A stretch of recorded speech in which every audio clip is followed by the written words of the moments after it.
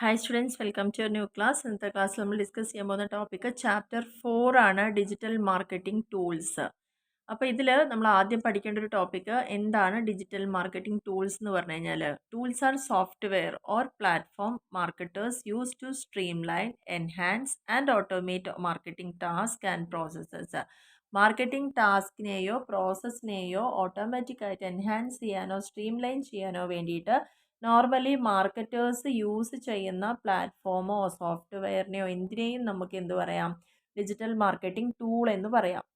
ഈ ടൂൾസ് ഇവർക്ക് പ്ലാൻ ചെയ്യാനും അത് എക്സിക്യൂട്ട് ചെയ്യാനും മെഷർ ചെയ്യാനും ക്യാമ്പയിൻസിനെയൊക്കെ അതിനൊക്കെ വേണ്ടി ഹെൽപ്ഫുള്ളാണ്. Such as social media, email, search engine. ഇപ്പോൾ നമ്മൾ പഠിച്ച ആ കാര്യങ്ങളെല്ലാം മെഷർ ചെയ്യാൻ വേണ്ടി നമുക്കൊരു സംവിധാനം വേണം. അതിനെയാണ് ടൂൾസ് എന്ന് പറയുന്നത്.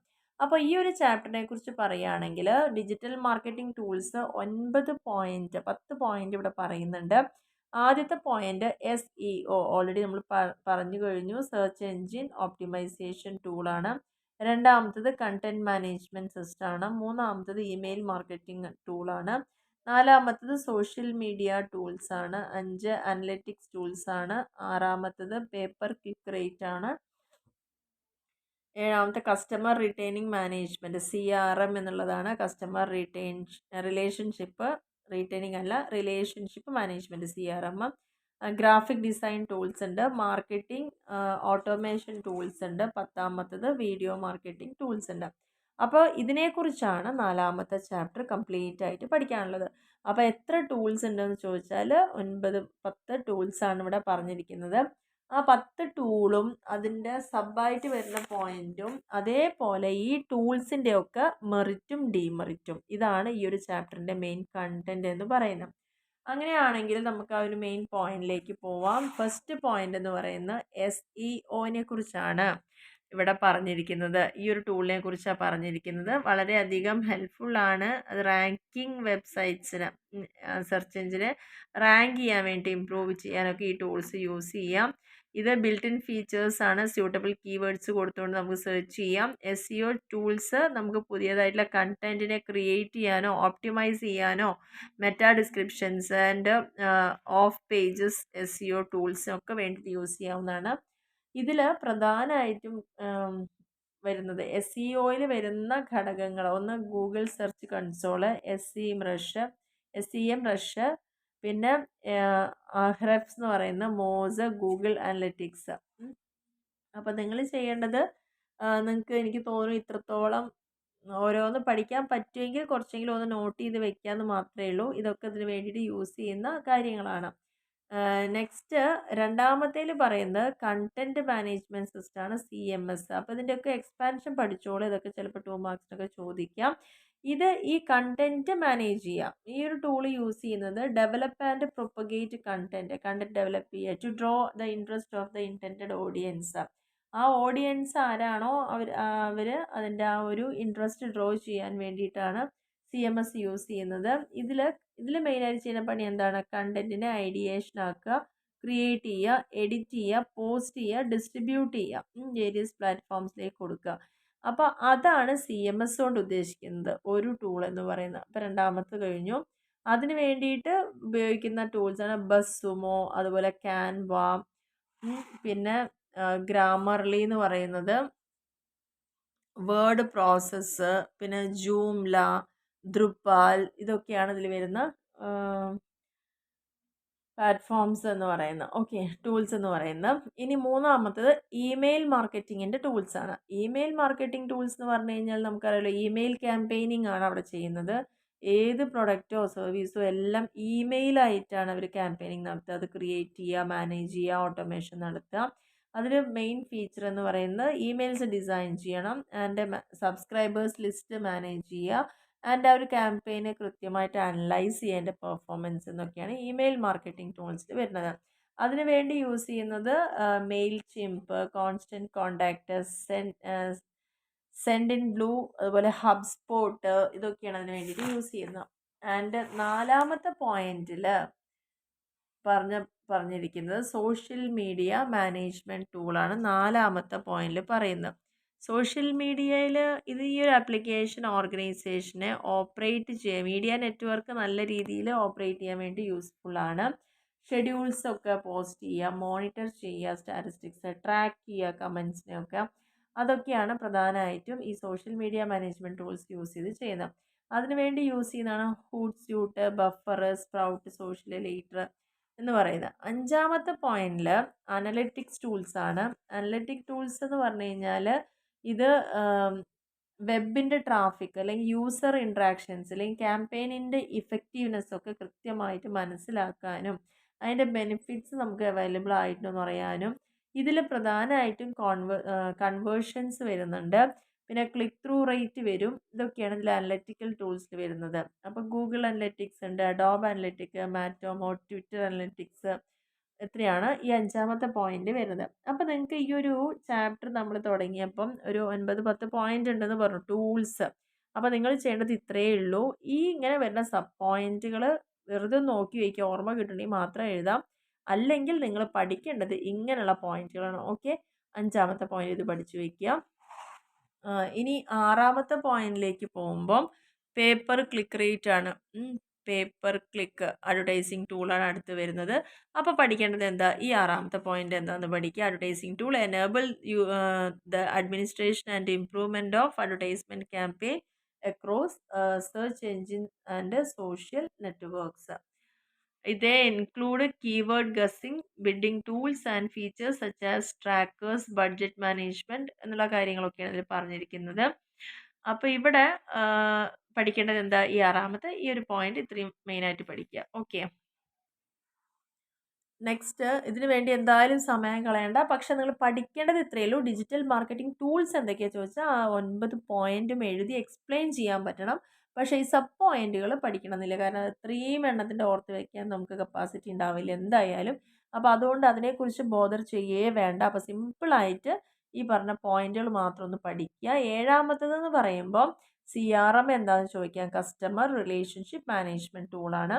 ഇവിടെ നമുക്ക് ബിസിനസ്സിൽ അവരുടെ നിലവിലുള്ള കസ്റ്റമറെ റീറ്റെയിൻ ചെയ്യാനും പുതിയ കസ്റ്റമേഴ്സിനെ റീറ്റെയിൻ ചെയ്യാൻ വേണ്ടിയിട്ടാണ് മെയിനായിട്ട് നോക്കുന്നത്. ഡിഫറെൻറ്റ് കോമ്പോണൻസ് ആണ്. അവരുടെ കോൺടാക്റ്റ് മാനേജ് ചെയ്യുക, സെയിൽസ് ആക്ടിവിറ്റി അതിലൂടെ എത്രത്തോളം നടക്കുന്നുണ്ട് മോണിറ്റർ ചെയ്യാം, ആൻഡ് മാർക്കറ്റിംഗ് സ്ട്രാറ്റജിക്ക് എക്സിക്യൂട്ട് ചെയ്യാം. അതിന് സെവറൽ ആപ്ലിക്കേഷൻസ് ഉണ്ട്. അതിലുള്ളതൊക്കെയാണ് ഈ സെയിൽസ് ഫോഴ്സ്, ഹബ്സ്പോട്ട്, സോഹോ, CRM എന്നൊക്കെ പറഞ്ഞിട്ട് അതിന് വേണ്ടി യൂസ് ചെയ്യുന്ന കാര്യങ്ങളാണ്.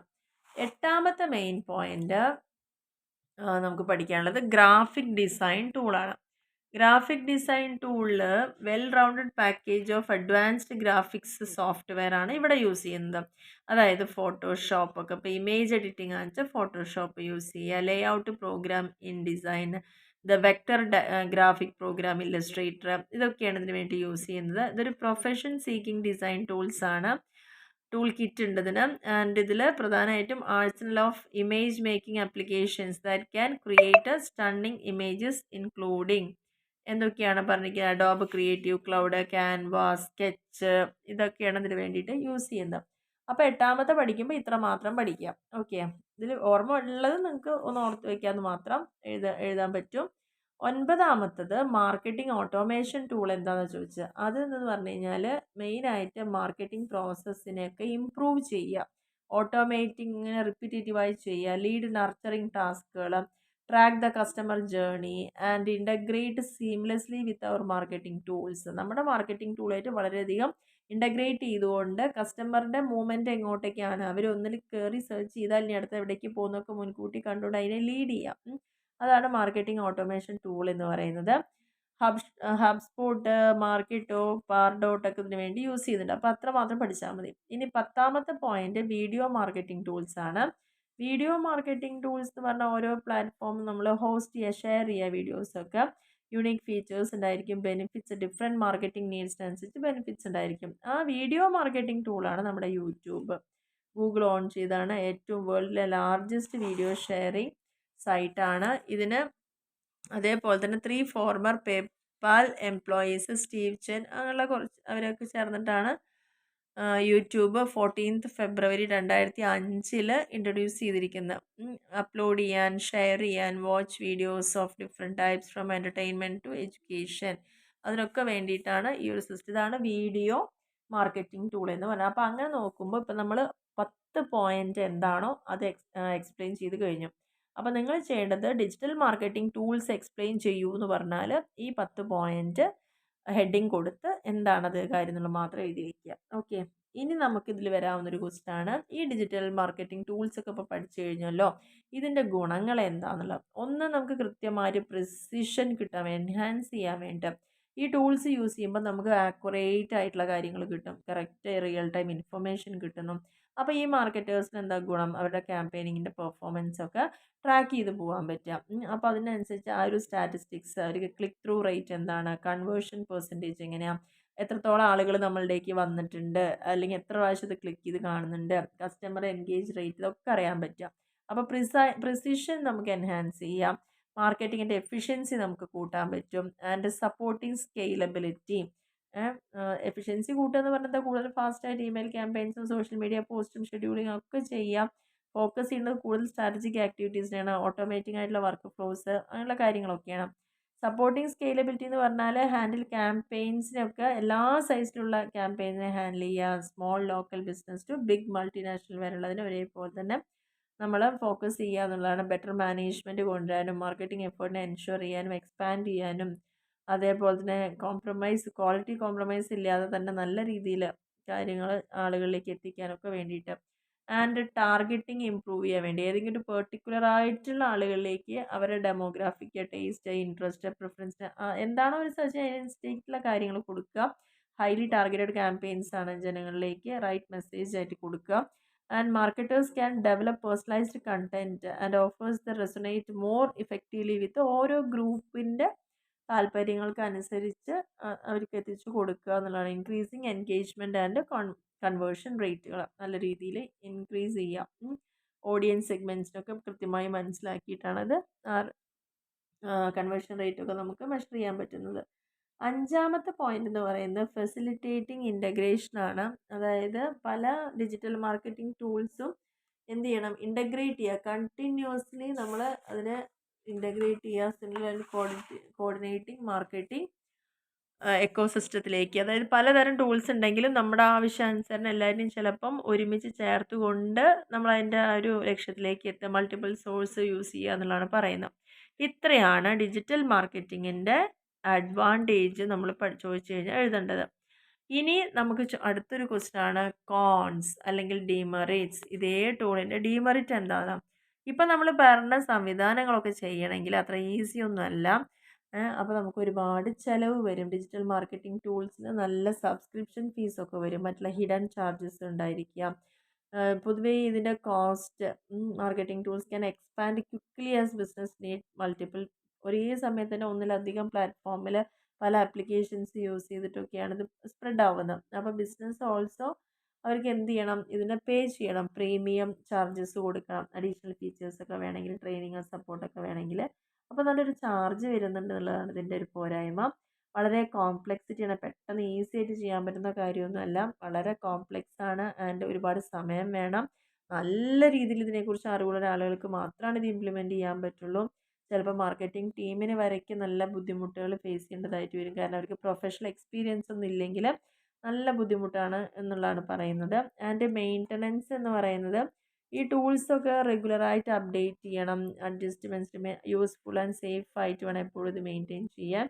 അതിന് നമുക്ക് ഒരുപാട് സമയം ആവശ്യമാണ്. അതുപോലെ തന്നെ എക്സ്പെൻസ് വീണ്ടും ഉണ്ടാവും. പുതിയ ഫീച്ചേഴ്സൊക്കെ നമുക്ക് ഡിമാൻഡ് ചെയ്യണമെങ്കിലൊക്കെ ചിലപ്പോൾ സിസ്റ്റം ബ്രേക്ക് ഡൗൺ ആവാനും ബഗ് സംഭവിക്കാനൊക്കെ സാധ്യത കൂടുതലാണ്.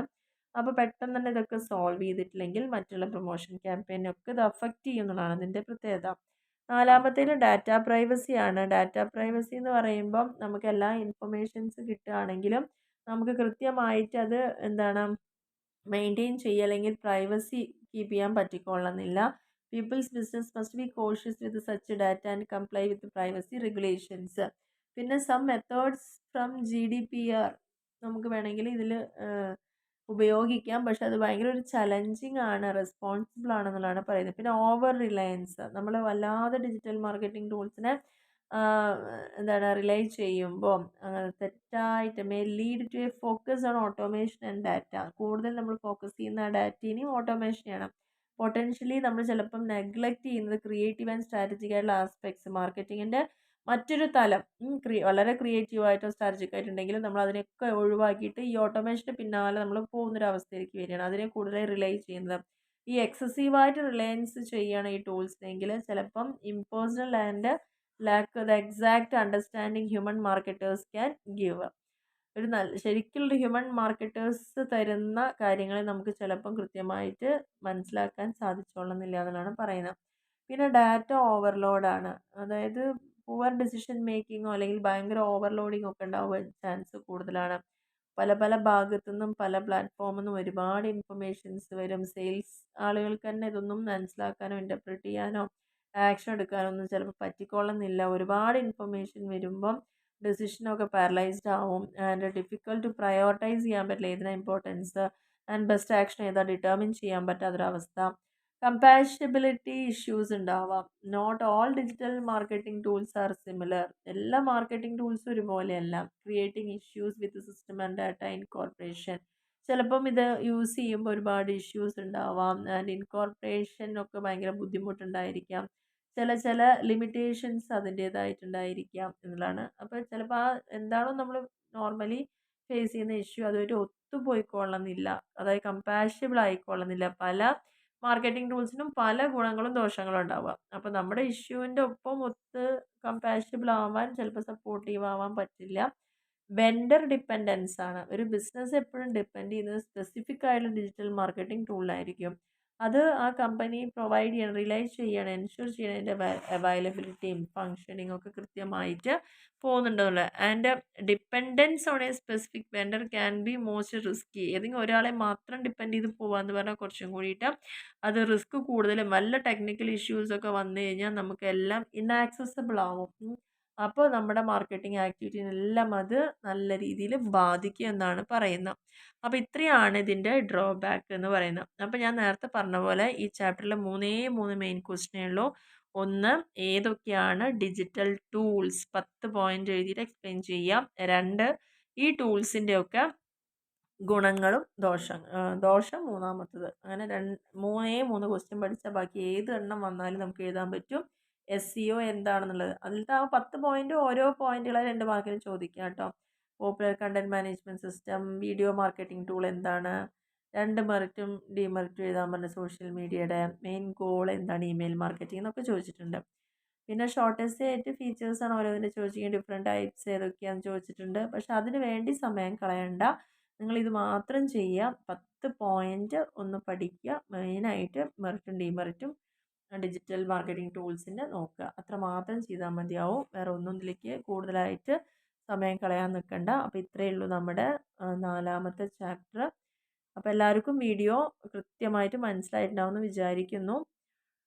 ഇഷ്ടപ്പെടുകയാണെങ്കിൽ തീർച്ചയായിട്ടും ലൈക്ക് ചെയ്യാനും ഷെയർ ചെയ്യാനും കമൻറ്റ് ചെയ്യാനും മറക്കരുത്. സബ്സ്ക്രൈബ് ചെയ്യാത്ത ആൾക്കാരുണ്ടെങ്കിൽ തീർച്ചയായിട്ടും ഒന്ന് സബ്സ്ക്രൈബ് ചെയ്യുക, സപ്പോർട്ട് ചെയ്യുക. Okay, thank